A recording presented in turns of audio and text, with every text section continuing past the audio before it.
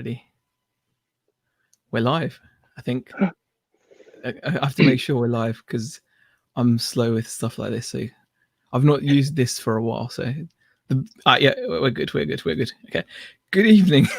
I had to make sure we're live, so this is the beginning's going to be all messed up now. But anyway, it's fine. Good evening and welcome to a chat. I've not done a chat on this channel for a while.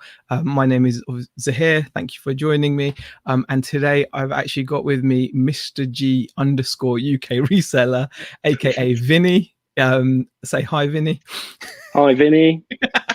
And today we're going to be like having a little chat, like an informal chat, because I think a lot of you guys would be quite interested just to see how someone in the community actually does things. It's always nice to see how people do things. You see how not to do things by watching me, and now it's also good to sometimes watch people and listen to people that do things differently, and you may find that you can pick something up, or just it's a different perspective. I'll go into the chat first before we do like full on like chat type thing. So I'll say a few hellos. We've got Kez18 in the chat. We've got Leanne Hill, Antoinette Daly, Pleasant Valley Picker, Laney, DB Resells, Merlin's, Anomalous Data Point, Janet Plant, Aaron from QuickBooks, Uniquely Me Tracy, Ali Evans, The Vinegar Jar, Zoe Patrick, Jennifer Hayes, Rashid T, Jack Dobbins, Paul Calvert, and anyone else that joins. Thank you for joining. I really do appreciate it. And hopefully you guys will enjoy the chat. Obviously, the more you guys are into it, if you've got any questions, etc., fire away. But yeah, Vinny is someone that some of you may not recognize. He does have his own YouTube channel, which is in the link. And also he is on the gram, because he's kind of hip like me. I'm on the gram too, but I'll put his Instagram link in the chat. So Vinny, aka Mr. G UK reseller, aka Mad from Miniatures. That's it. Yeah. Yep. So it would be great if you could give us like a little brief kind of history, like your kind of little history in how you got to be where you are right this moment, and we'll explain where you are in a bit. But your kind of history, your past, what got you into it? What was your first foray? Okay, so it's a long history because don't go too far back. many years ago. Yeah, so when I was 8 years old, many years ago, yeah, I started playing Warhammer. Got into Warhammer Games Workshop, and that became my hobby for many years. Obviously, turned teenage, stopped playing, moved on to other things, and then when I was about 17, I needed to earn some money, and my dad suggested I start a market stall selling Games Workshop products.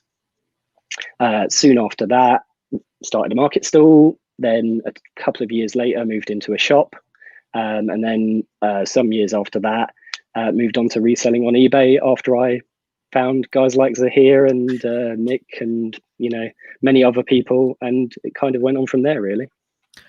Okay, I appreciate that. That was brief. And as some of the chat will have picked up on there is a lot to that. So you've got like a natural passion for Warhammer that you've had since childhood.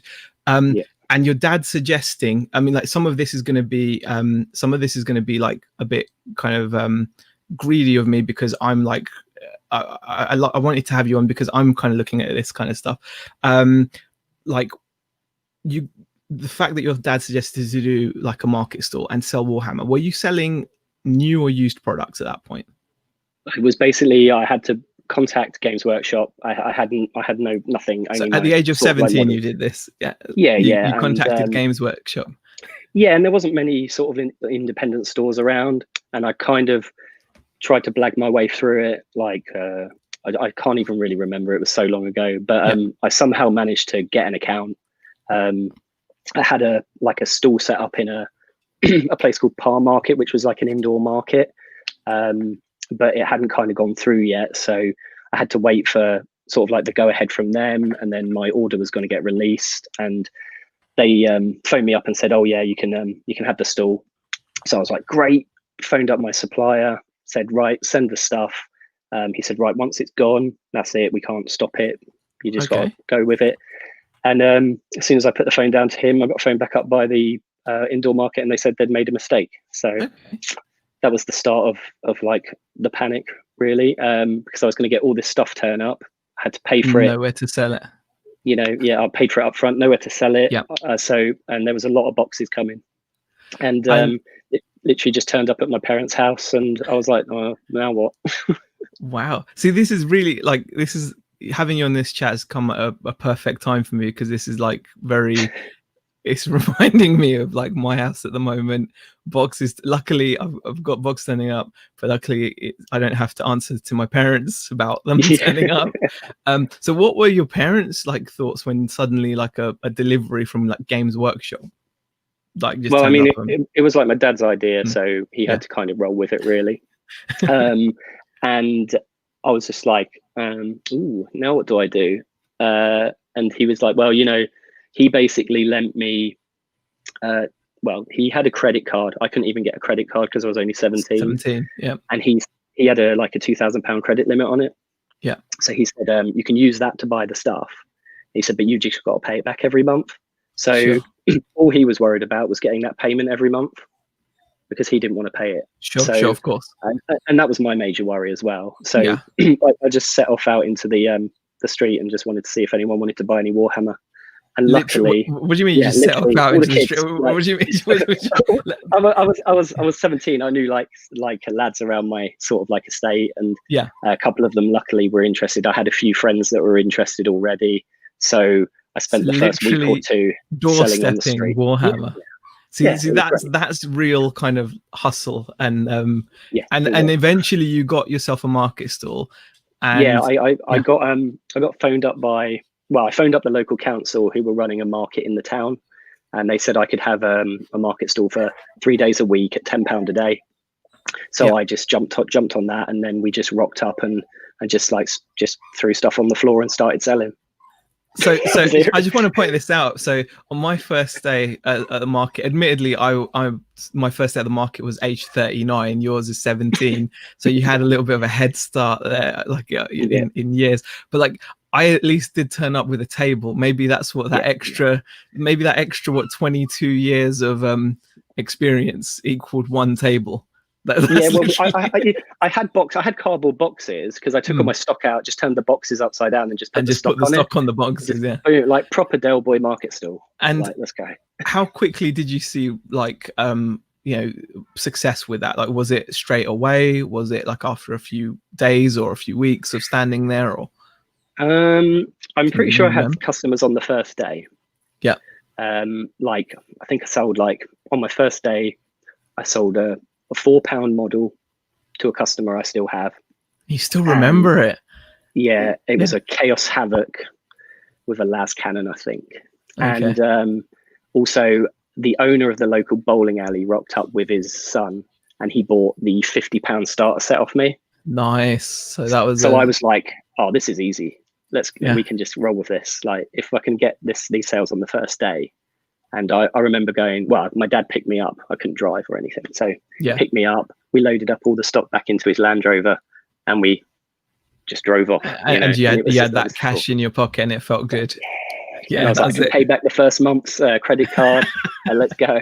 And it was just there on, really. I think after a few months of having the stall, I moved to a different pitch. Then I doubled the stall size. Then my dad's pretty handy at sort of like building things, so he built me like a gaming table that we could attach to the outside of the market stall. He built me like nice tables. We used to it was a metal frame sort of like market stall that they used to put up before we got there, and then we just used to like tie wrap all of the racking that we'd got from Games Workshop since the start onto that sort of like stall, and it looked quite good, actually. It looked like a proper little shop, but it had its issues because the tarpaulins used to leak. If it got windy, it would blow away, and some of the Games Workshop products were pretty expensive. Yeah, of course. So I mean, that's part of the learning curve, I guess, like, but to start off at that age and to go in like full steam, that's just really, I find that kind of exciting still now. I mean, admittedly, I said, you've got a bit of a 22-year head start on my journey at the market, but better late than never, right? I mean, you know. Yeah, totally. Yeah, I mean, if you want to do something, you've got to do it. You know, sometimes you've just got to take that plunge. And for me, it was pretty easy because I had no dependents. I didn't pay any rent. You know, I had no bills, no mortgage, I just had nothing. So I literally had, other than this like credit card to pay back, I had nothing to lose really. And, you know, worst case scenario, if it didn't work out, I could just shut shop, sell everything off, and then, you know, just move on. So for me, it was a lot easier to just get going. I also didn't have the internet to compete with. Yeah. You know, that there was all I had, all my own competition was about 12 miles away, and it was just a Games Workshop store, and that was it. Yeah. No one else stocking it at all.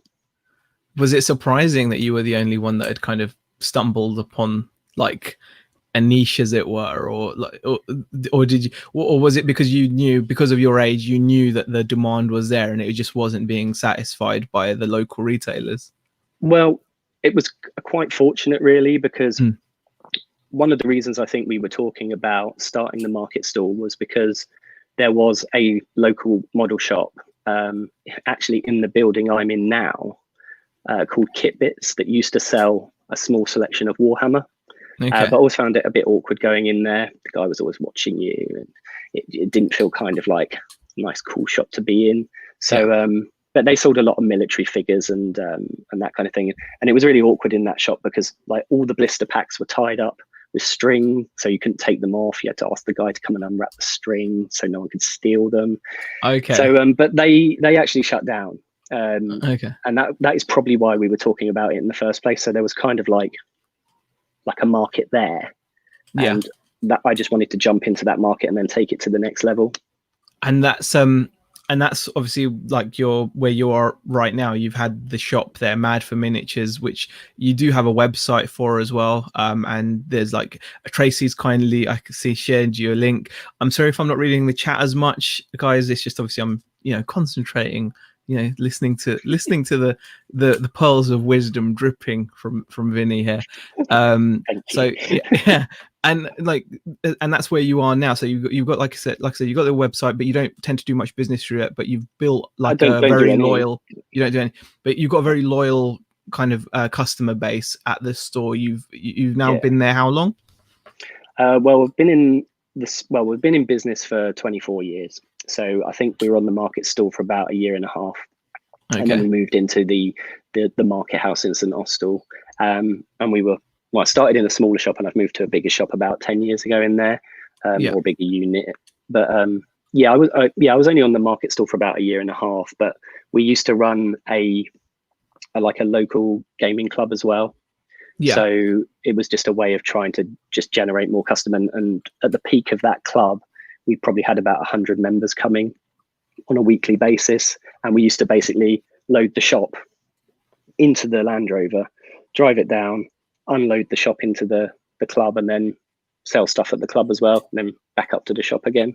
So it was just nice being open like 6 days a week. And you know, and eventually we sort of filtered out the club because we actually had gaming space at the shop, so people could come, paint their models, play games and that kind of thing. So the club didn't seem to be needed anymore.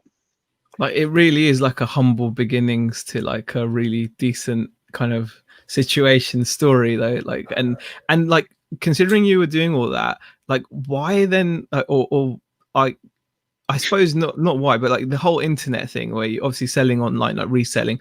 I can understand you obviously doing some of that because you had to keep up with your competition and you've got to offer your stock online. So I can understand you selling on eBay and Amazon to do that. But then why on top of that take on actually like thrifting and actually going to car boots to find one-off items? Like, what's the motivation behind that? What's the deal, basically? Yeah. So I actually never used eBay to sell any products, probably until I started reselling. I'm kind of a creature of habit. Once I start doing something, I get, that's the way I do it. And, eBay was a really alien thing to me, selling on the internet. When internet competition started coming through, rather than try and compete with it, I just moved completely in the opposite direction and just really concentrated on the shop and giving as good a customer service as we could at the shop. And I've always been interested in finding things, treasure hunting. I wanted to be an archaeologist when I was a kid. I loved dinosaurs and that kind of thing. So for me, the hunt of that finding doesn't quite things, translate, but okay. no. But I always wanted to find things, Yeah. find treasures. I was always going around charity shops with my mum as a kid, I remember, and just buying bits and bobs, not to resell or anything, but just found them like really fascinating places. And I think I mentioned on Nick's channel when I first went on there, I was just looking on a Facebook retro toy group, and there was a guy on there called Simon Crowley, and he had these. You remember the werebears, the ones that turned inside out, and they were a werebear? Yeah, I remember those from the 80s. Yeah, he had some of those for sale. So I asked him, where'd you get them from? And he said, I got them in a charity shop. And I was like, you can find stuff like that in charity shops? And he was like, yeah, it's full of them. And we just chatted, and I was like, well, I'm just going to go and find stuff then. And then found Nick, yourself, it all kind of at the same time. And I was like, you can sell this stuff and make money? I was like, this is insane. So that was it, really. I was hooked.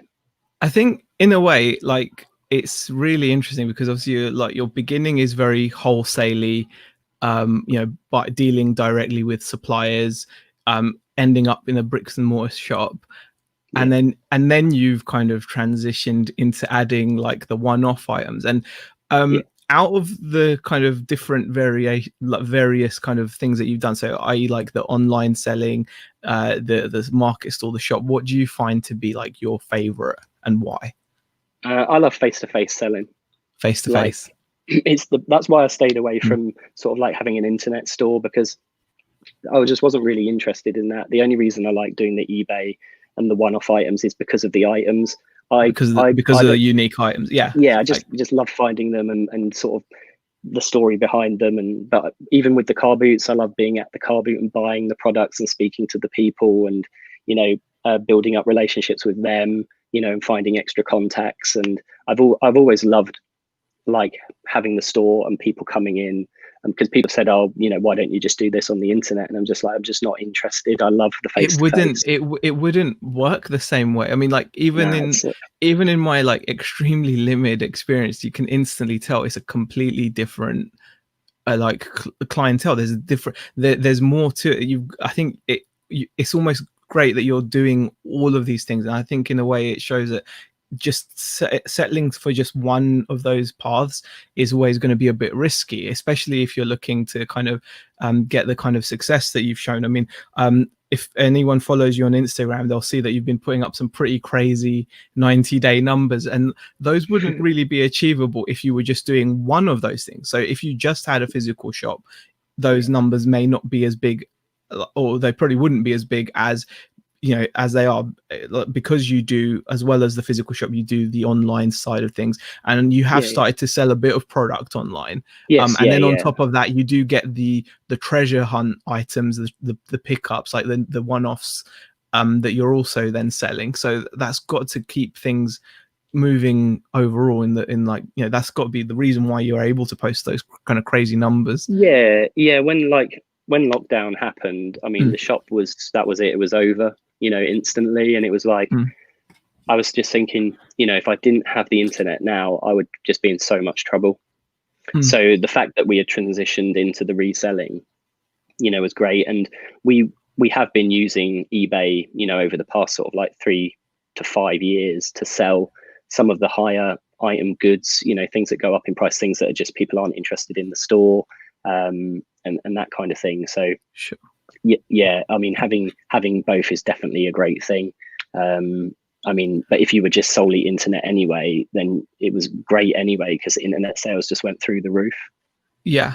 I mean, but they did. But right now, I think a lot of people are seeing a bit of a slump. So, like, if it wasn't for last week me going to the markets and the car boot, those days on eBay were atrocious. And like, for example, today's is atrocious. I haven't sold a single thing. So again, it's like it just it's just such a obvious thing, isn't it? But Yeah, having all your eggs in one basket, and in a way, you've got to see online almost as one basket. I know that you've got different platforms, but it is still just one. You know, you've got to almost see that as a separate thing. So you've got to lump almost your eBay and your Amazon, and don't think that you're diversifying just because you've listed on 2 internet sites as opposed to one. If people aren't, if it's 35 degrees outside and people aren't on their phones, it doesn't matter which platform you're on, they're not going to see your listing.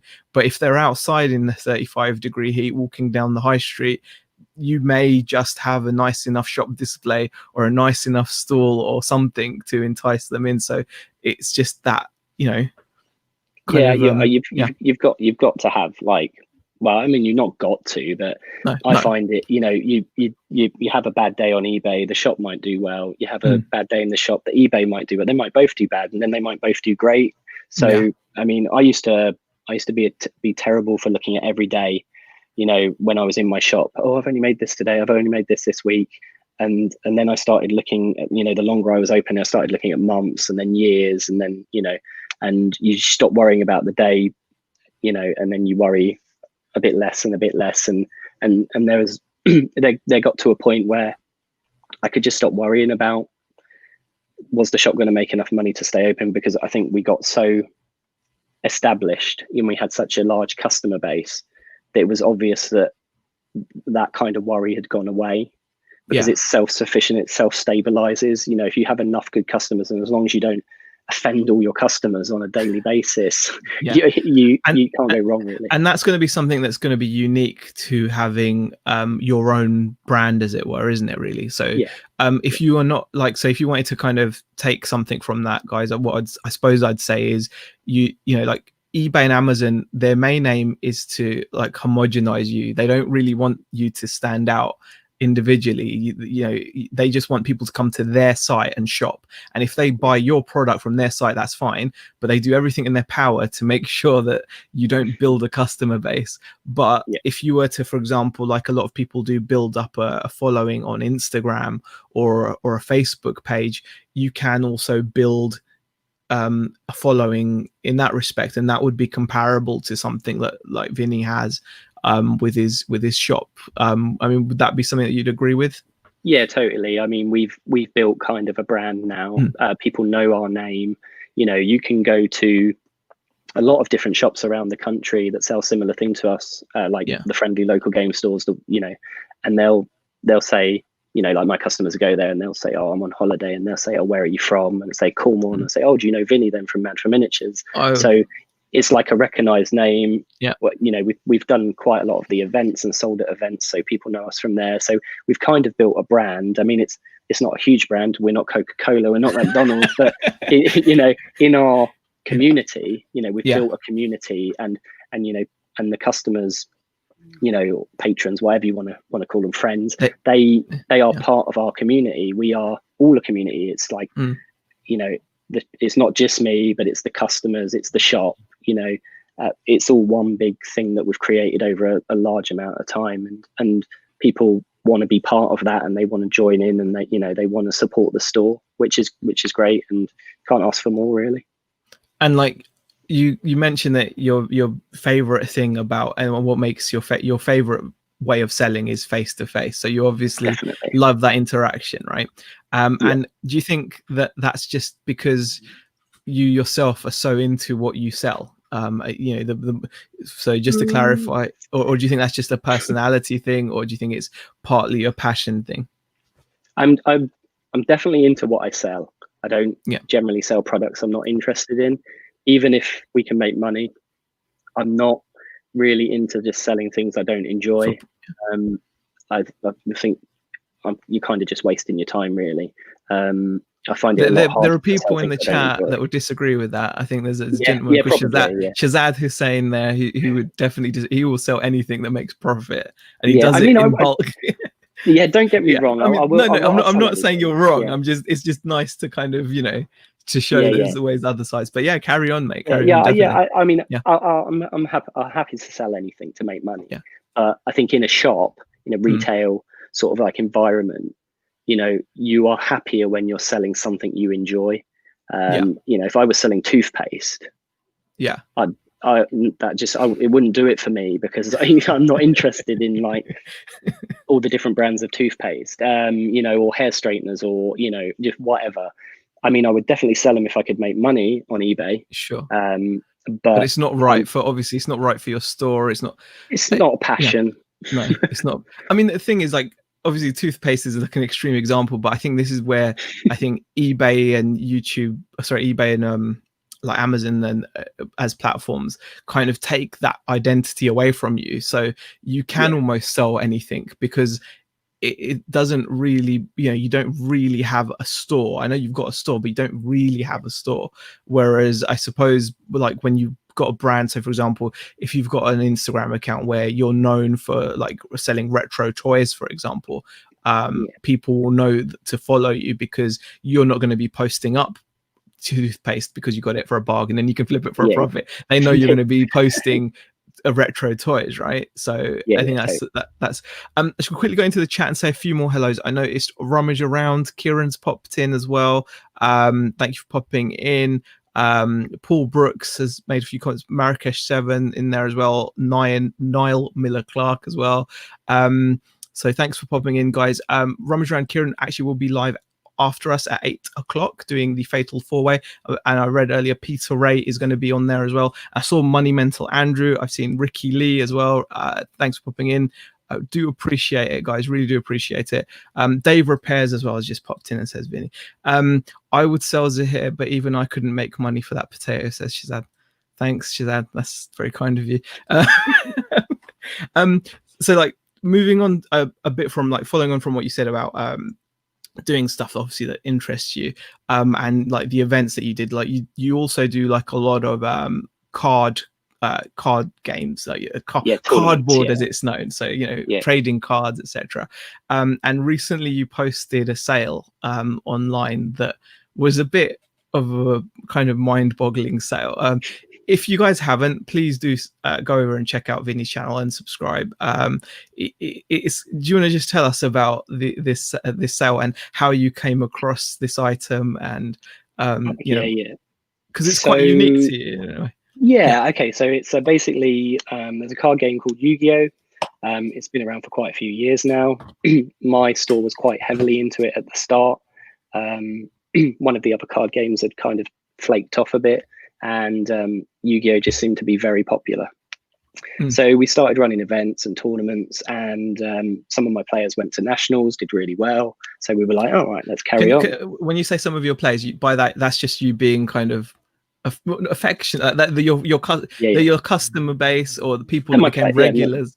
They're my regular customers that play. Not like you've set up a team. I'm just clarifying. No, we do have a team. You've got a team as well. Yeah, we're Team MFM. See, so like anyone can be in Team MFM. All you got to do is just say you can be in it. Can I be in it? Can I be an honorary member? I'm absolutely terrible. Thanks. You're in. Okay. It doesn't matter. I'm part of the team. You're in the team. So yeah, basically, we went up as a team. We played. Some of my players did very well, and we just thought, okay, this is a good game. Let's roll with it.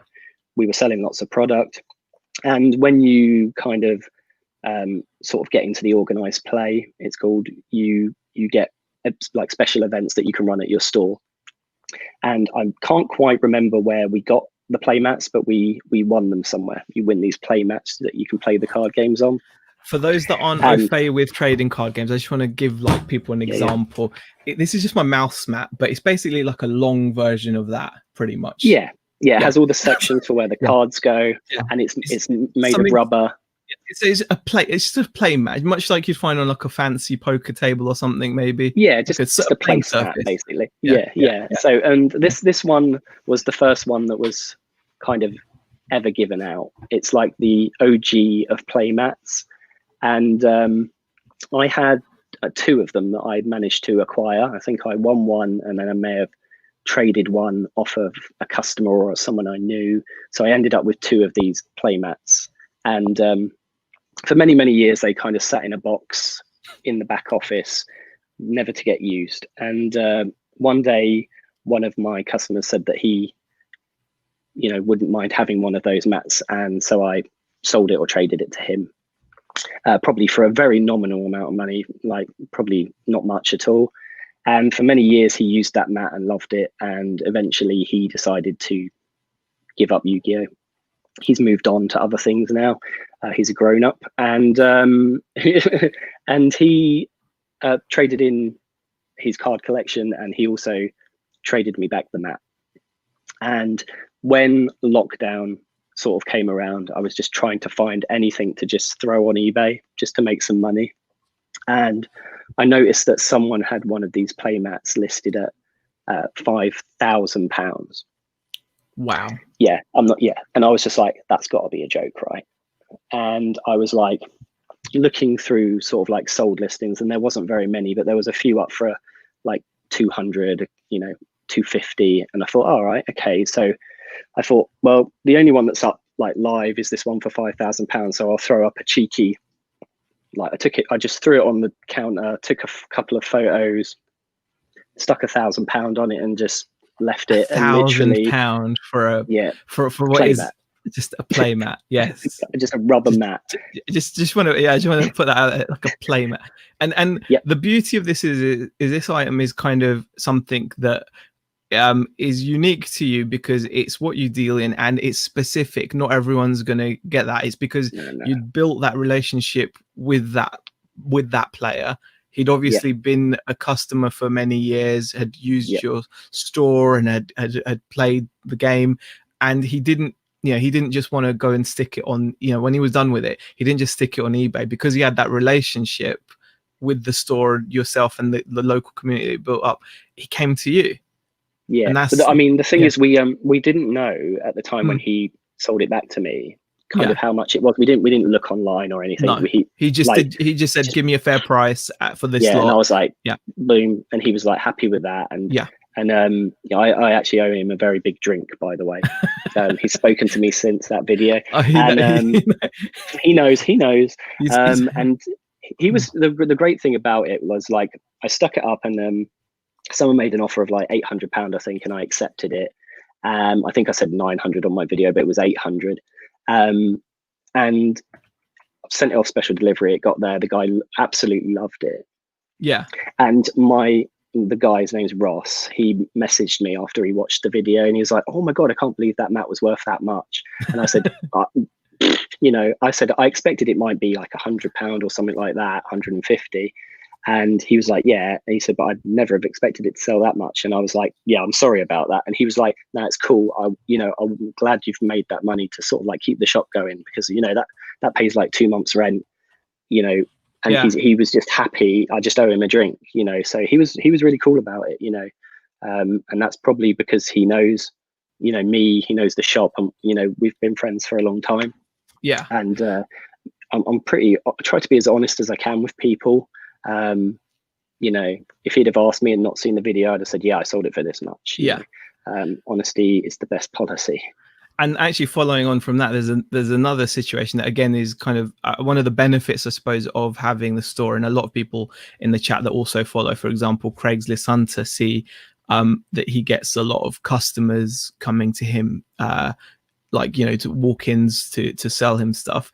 And you obviously deal, like we said, in cardboard trading, collectible card games, and you mentioned a story to me yesterday that I think would be quite a cool one to share as well. So you're just minding your own business, and in walks this lady.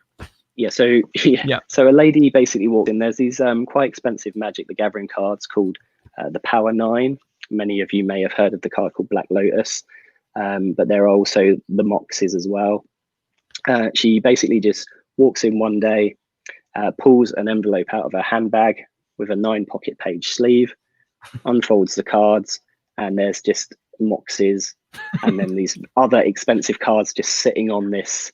When you say Moxes, just want to, again, just for the benefit of the audience, it's just a trading card game, kind of like, imagine fancier top trumps, okay? But like some of these things are like having bullion. So I think we mentioned it yesterday. They're like owning paintings, famous paintings. So these Moxes, they're worth quite a lot of money. They're worth even more money now. They just incrementally go up in price all the time. They're on a reserve list, so they can never be made again. So they are unique. What is out there is what there is, basically. And she said to me, I need £700 for these cards. I know they're worth something. I just need £700. And I just said to you the other day, I just couldn't buy them because it was too cheap. Like an unscrupulous soul like myself may well have said, just to give people an idea, like in a ballpark figure of that collection when she presented it to you, what would it be in today's money? Ballpark today, yeah, I don't know, maybe £4,500-5,000. So she came in with a £5,000 collection, and she only wanted 700 quid at the time. Yeah. And I just couldn't do it. You know, I had to tell her what they were worth. I had to check to make sure they were real to start with. There are some tests you can do. So I did all the testing that I could do physically at the time. And I just said, I said, I can buy these for £700, but you don't want to sell them to me for £700. And she was like, no, I don't think I do now. But she was a bit upset because I couldn't give her the £700 she wanted. But that was. But at the same time, she didn't want it. Yeah. But at the same time, she didn't want to give. Yeah, she didn't want to give. Money away, basically. She needed £700, but she also didn't want to give away her what she had for £700. Yeah, which makes total sense. So we came to a little deal. I bought some of the cards off her, and then we basically decided that I would try and sell the rest of the collection to her for her because I have the contacts. Yeah. Although I've never sold like Moxes before, this was new for me. And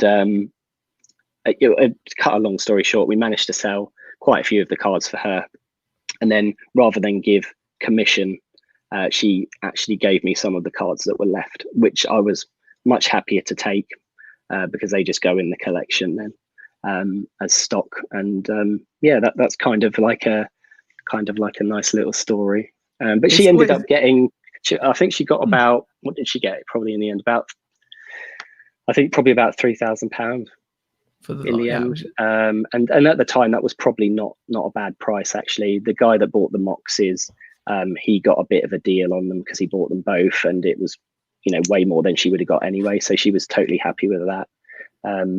So yeah, I mean, it was just kind of like a nice story. And to be fair, in the long run, it worked out really nice because because I didn't know who she was, but it turns out that two of her stepkids were actually long-time customers of the shop, and they'd sent her to me. So see that's a kick in the tail. That's like a sting in the tail of the story, as it were. Like if you'd been unscrupulous, and just snap them up at the 700 or something, that would have been really damaging, because not only would the stepkids wouldn't have been pleased, but I'm sure they would have then told their friends that are also customers, and it would have done a lot of damage to the credibility you've built up. I mean, I don't think they kind of knew what she had anyway. Yeah. And I think if I'd have given her the £700, they probably wouldn't have done anything about it or said anything or even probably been bothered. But it was just the fact that they'd thought, of sending her to me. Now they could have said, go on the internet and sell them, sell them to one of the big card companies. They'll give you good money for them or whatever. Sure. But what they did is they said, go and see Vinny. Sure. And that to me means valuable. Like a lot. Yeah, it's totally, that's like super trust, to have people send like their relatives and family into you and or friends and say, this guy will look after you, basically. And it's also a testament to it's a testament to the brand you've built. Like you said, it might not be Coca-Cola, but it's the fact that that's powerful, because it's not easy to do. That's like that's like the ultimate mailing list, isn't it? To actually have someone that to have people out there that kind of promote you for just the fact that they've had a great experience. I will go into the chat. So if anyone's got any questions for Vinny about how he does, what his, anything really about his business, how he operates and his interests or anything like that, please put them in the chat. Martin Sheridan asked, why didn't you offer more than 700? I didn't have it. Like, not even joking. I'd literally just paid our money into the bank, had like barely any cash on me. And I don't know if I had any money in PayPal. I'm not sure why. I think I may have had about £300 cash on me at the time, and I spent kind of like that on what I had. And some of the cards I wasn't really interested in having in my collection anyway. So yeah, it was. I could have gone to the bank and withdrawn the money and just paid for them, but like sometimes I think, well, maybe I didn't have the money for a reason, you know. And like it worked out so much better the way it happened, because I managed to buy some cards off her. I told her that I was buying them at 60% off the sale price. She was totally happy with that, so we bought those. And then I had some friends in mind, or some other customers that I knew wanted other cards because they'd already talked about them with me, like in previous conversations. So I knew they were going to be set up sales for her. And then in the end, she gave me some cards, and they are worth so much more than the commission anyway. Would have been, yeah. Oh yeah, like I think the commission worked out something like £200 to £250, but one of the cards she gave me was like a £400 card at the time. It's now worth about £1,200. So it's kind of like you did a good deed, and you kind of got a bit of good karma for it in a way. Yeah, I got a good kickback. Yeah. That's fair enough. Might be dreaming about the opportunity come October, says Paul Brooks. Oh, okay, I'm not sure what that's about. Okay, what's the name of these cards again? Asked Jody Gems Emporium. It is Magic the Gathering, but they're very specific. There's ABU, isn't there? So these are like alpha are they? Or alpha, yes, alpha, beta, and unlimited, and then revised. Yeah. So they're like from 94, 95. Yep. Is that right? Yeah. They're heavily faked, obviously, because of their value. So it's not something for the light-hearted. And there are lots of unscrupulous people that are trying to make lots of money selling these supposed cards which are like fake. So be careful, but it is something. Yeah. TCake says, I must be unscrupulous, lol. If someone asks a price and I can make money, I pay it. What would your response be to tea cakes there? I mean, like, I think certain places are fair game. Yeah. Like, I think like at a car boot, it's fair game. You know, you can go, boom, that's it. You're just done. You leave. If someone undervalues their product, that's like, done. There's, you know, that we're in an open market there. The problem is when you have a shop and you know people are you know, potentially being sent to you, and people trust you. Like, if I don't know the person very well or at all, and someone comes up to me and says, I've got this stuff. I mean, sometimes I don't want to even look through it.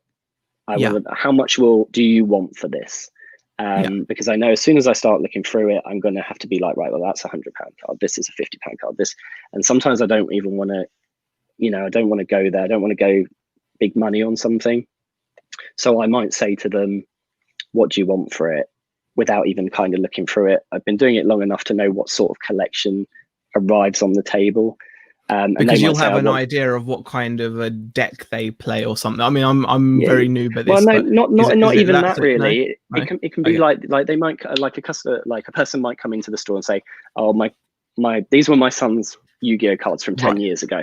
Okay. And then I'll go, oh, damn, you know, this could be an expensive collection. It could not be an expensive collection. I don't know. So what I might do is have a quick flick through one of the folders, go, right, there's some good stuff in there. So I'm going to base like my purchase off of that. And I might say to them, what do you want for it? She might turn around and say, I want £150, or he wants £150. And I'll say, right, yeah, sure, we can do that. The £150 exchanged, the receipt is written, they're happy and done. Yeah, if it's someone who I know better, you know, or we've built a relationship with, or they're a customer that's been coming to the shop a long time, we'll spend much more time looking through a collection, coming to an agreement between us, deciding on a fair price for me and a fair price for them. You know, I might not take the whole collection. I might just take parts of it. Sometimes I even advise people to just go and sell it themselves, because they'll get better money. That might sound a bit stupid. To us, like that, you know, that sounds really, what? Dumb. You know, it sounds like, dumb. But there is a method to the madness. But it's not. Exactly. Your shop's been running 24 years, so I'm guessing you know somewhat what you're doing. So, well, if I say to someone, like, you know, let's say it's £100 collection, and I can offer them 40 quid for it, and then make my 30% on it after all my fees and stuff. I might be better off saying to them, if they're not getting out of the hobbies completely, I might be better saying, go on eBay, sell it for £100, get 90 quid for it, and then they're going to come back to the store and spend that in the store. Yeah, they're happier because they're getting more. I'm happier because they're getting more, and they're still, they're still staying in the hobby. And sure. that's the important thing. It might not be the same card game. People do flip between card games. Some play Warhammer, then do cards, then play Warhammer. Some people change their armies and that. So sometimes it's, if I know the person, could use eBay and sell, I'll advise them to go and do that and get better money, because at the end of the day, it might benefit us more. And I don't need every sale. I can't list everything anyway. So it just makes a bit more sense, I think. Oh, bless Kieran. Rummage Rounds just asked, Vini, you deal in Pokemon? He does. Yeah, he does. Yeah, he does. Yeah. In a big way. Pokemon. Yeah, I have all the Pokemon. He's got all of them. Loads of stuff. So if you want to contact him, he's the man for that. Aaron asks, quick book chat. Aaron asks, question: is Warhammer still as popular as it was back in the day? The factory is only down the road from me, but haven't considered it in years. It's bigger than ever, actually. Warhammer. Oh, wow. It had a massive lull about three years ago. It became very unpopular with players. The models were still amazing, but the direction the company was going in was not good, and they knew that. And they had a massive revamp of their their top guys. Brought in a new manager. I don't know what his name is, and he completely revamped the company. Made it more about the hobbyist rather than business. It wasn't all about the money. It was more about the hobby. And since then, it's literally just like their shares have gone through the roof. I think they're paying back all their money they were given by the government through COVID, because they've had such a, it's still bumper just going up. Period. Yeah, they are literally doing so well at the moment, and like they're the distributor, they're the wholesaler, they make it, they design it, they control it, and and they're doing great things for the hobby as well. So yeah, it's a great hobby, and everyone should do it and come buy the stuff from me. And you've obviously had your account with them since. I mean, I just think that's an awesome story. This guys opened a Games Workshop account because he opened up a market store. I think that's just genius. But like, obviously you've had the account for such a while. Has that, over time, have you been given any perks? Is there anything that you've? Wow. See, business. No, it's just you don't get any you don't get any reps calling saying, hey, we found this in this dusty corner. Not Warhammer, no. Like the card people, it's a bit different. They're just distributors, so they're just selling other people's product. But Games Workshop is Games Workshop. They do look after us, but it's based on how much you buy. There are different levels of purchasing. There are different ranges, like you can take the core range, the extended plus range, new releases. Wow. Oh yeah, like it's a huge range, and you get extra benefits for that, basically. Yeah, and you get your own sales rep, obviously. But there's no it's just a case of it's a mutual agreement. You both benefit. There's no need for any extras. They just say you sell enough of it, that's good enough, and you say that's fine. Roger Kieran says, "Man, Warhammer is those two hearts." I mean, I've never personally gotten into it. It was always overwhelming, and I must admit, I was one of those people that walks past game workshop stores and stares in at the people with the little figures, and I'd make snide comments. But now I'm ashamed of that. But they wouldn't have cared, because they were walking around with thousands of pounds worth of models that they could sell. Exactly. Silly people. Exactly. Tap Peddler Derek asks, I see Warhammer stuff at the auctions, but just can't bring myself to deal with it. I imagine it being like sorting Lego.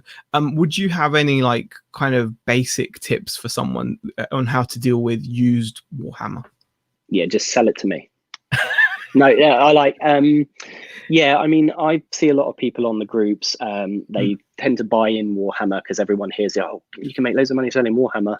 And then you very quickly realize once you get it home, you have no idea what you're looking at. And it's a minefield. There are literally hundreds of thousands of different models from lots of different eras. Some of them are very long tail items as well. You could stick like a £10 model up and it might sit there for nearly six to 8 months before it even sells, you know.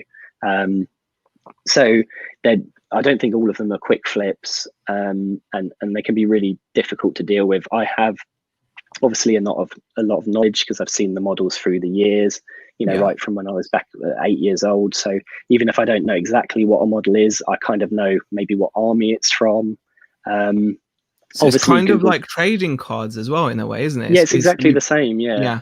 So in the sense of it's one of those niches that you do really have to have a lot of knowledge about, otherwise it's easy to get lost. Because I can imagine if you've got like stamps or something, you know, if you picked up a book of stamps, or I picked up a book of stamps, we'd just be looking at them going, oh, why is this one on eBay £1,000 and it does mine £1,000? Like we'd have no idea. It's because it's got an inverted watermark or whatever. And although Warhammer's not quite like that, because you have a model and that's the model, there are still so many, and the range is so vast. You could just, well, I've got this orc, you know, what orc is this, you know, what zombie is that, and that you be scrolling on eBay forever and it would just take forever and a day.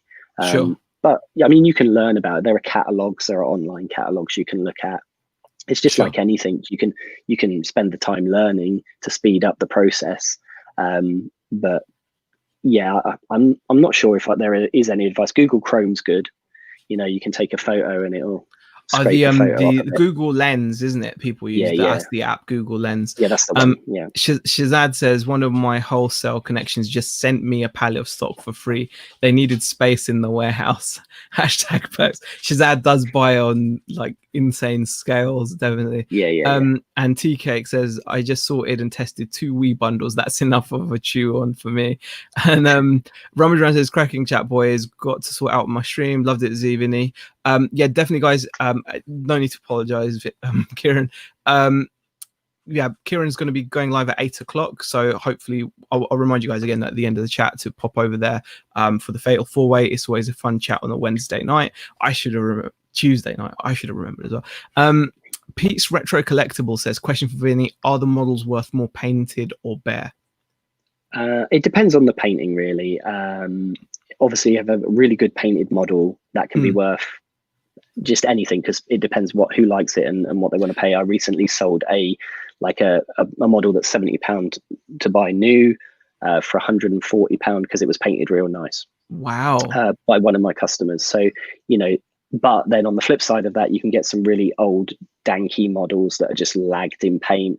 And what a lot of resellers do, especially in the Warhammer, is they'll strip them all down and just sell them bare again because they're metal, so they're easy to strip. So I would say it really depends on the paint job. But people, you know, like collectors or players of the game, they will just buy them painted, strip them down, and then just paint them and personalize them to how they play and whatnot. So I do tend to find that like the people that deal in Warhammer a lot more on there, where it's just their sole business, they do ask more for the unpainted ones, you know, because it's less hassle or work for because buying. it's just easy to, you know, they can just buy the model and then just start painting it straight away. So I mean, so as resellers, in terms of picking up one-offs at car boots or auctions, it's, I suppose you probably, if they were painted badly, you probably wouldn't want to spend. I mean, how long would it take to like remove paint? Is it just a case of overnight dipping it in some paint thinner type thing? Pretty much. So anyone could do it, really. So even if you're just so if you wanted to, but it would more be just the research, finding out what range they're from or whatever, isn't it? Yeah. I mean, I think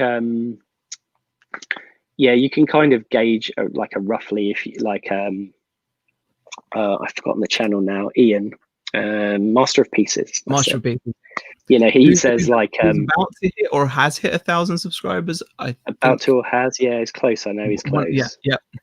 But he says, you know, something like 50p for a plastic model, £1 for a metal model, and you can't go wrong, really. and that's pretty much true. I mean, most metal models will sell for about £5, and most plastic ones will sell for about £2.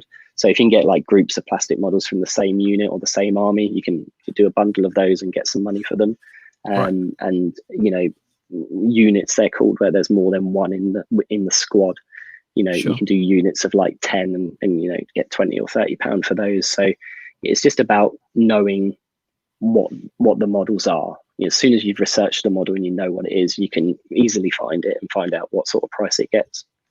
Leanne, by the way, hi to Vintage Planet and hi to anyone else that joined. Global Thrifters I've seen as well. Sorry, I've not been paying as much attention to the chat as I normally would, but obviously chatting to my amazing guest Vini, and trying to get as much info from him for you guys as possible. Leanne wants to know, are the Warhammer models and figures heavily faked as well, or is that something that's, because you said they're kind of I mean, there are fakes out there. There are recasts, especially of some of the older, more expensive models. So you do have to be a little bit careful. But if you're walking around a car boot and you see a Warhammer case with some Warhammer models in it, it's more than likely that they're legit, just because of, the scenario. If someone came into my shop with like a load of like dodgy models in a bag, in a shopping bag. Yeah. But if you came in with like a hard case with the foam inserts all branded, etc., then it's less likely. And was chatting about like his army he loved and all this sort of thing. I mean, all you have to do is talk to people, and if someone's got Warhammer at the car boot, they're going to be like, oh, these were my sons, he used to play with them all the time, we bought him loads from the Warhammer store. You're like, okay, cool, these are probably legit then. So I wouldn't worry too much about fakes. It's only the really, really hard to get stuff and the old stuff that's generally recast anyway. And you can kind of tell because the mold lines will be like horrible, like around the model where they cast it. It won't be. It would just not look like a Warhammer model should look. Cola Flipper Lee says the closest thing I've dealt with is a second-gen Games Workshop Blood Bowl game. It went via GSP to the US for about £85.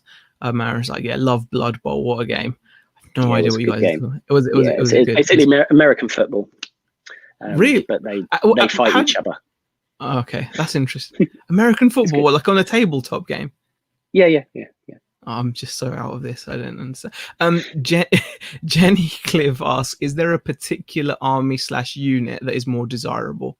So anything particularly well, at any one time, something can be more desirable because the games are ever changing and flowing. So they come out with new rules, new armies. So sometimes things can become a bit more popular. So then people might want them more. And that's kind of it, really. So nothing is kind of more popular than anything else all the time. So again, that's kind of a similarity I've noticed with card games as well. When they change the rule of a tournament, certain cards can become less valuable because of it, and certain cards become more valuable because of it. So is it the same? Is it codexes? Exactly. I've picked up those books. Yeah. They're like army books that change and that. So. Nick has popped in and says, Vinny, whoa, long time no see, and says, you're so trendy with your cap and AirPods. Down with the kids.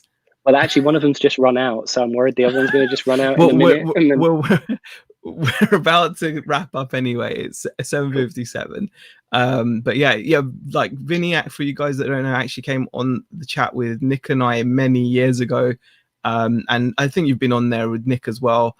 It's just great to have you back. A couple of times, it's nice to just kind of get a catch up. And it's kind of greedy of me, like I said, because I'm getting into this market world, and it's just nice to get a bit of info from someone that's, I don't know, I just get that vibe. I like the vibe. Georgina's saying AirPods and laughing. Are they not called? Are they AirPods, not AirPods? Oh, because Nick called them AirPods. AirPods, So you're definitely not down with the kids, you see. And I'm cool because I'm talking about Games Workshop and Yu-Gi-Oh and all that stuff. Exactly. Right, guys. Rummage Around Kieran's channel is going to be doing the Fatal 4-Way. I believe his guests are Peter Ray, Master of Pieces is on there, and I believe the amazing couple that I'm scrolling up because my brain is so bad. Global Thrifters. I didn't even see the name. It came to me, guys. I didn't see Global Thrifters. So definitely pop over there now and watch it. I just want to say a massive thanks, Vinny, for the chat. Really appreciate it. I will see if I can make this a more regular thing, but I'll need someone to say, hey, I want to be on your chat on, was it Tuesday at 7, and then we'll do that. But thank you very much, Vinny, for popping on. Make sure you subscribe to Vinny. Link is in the description.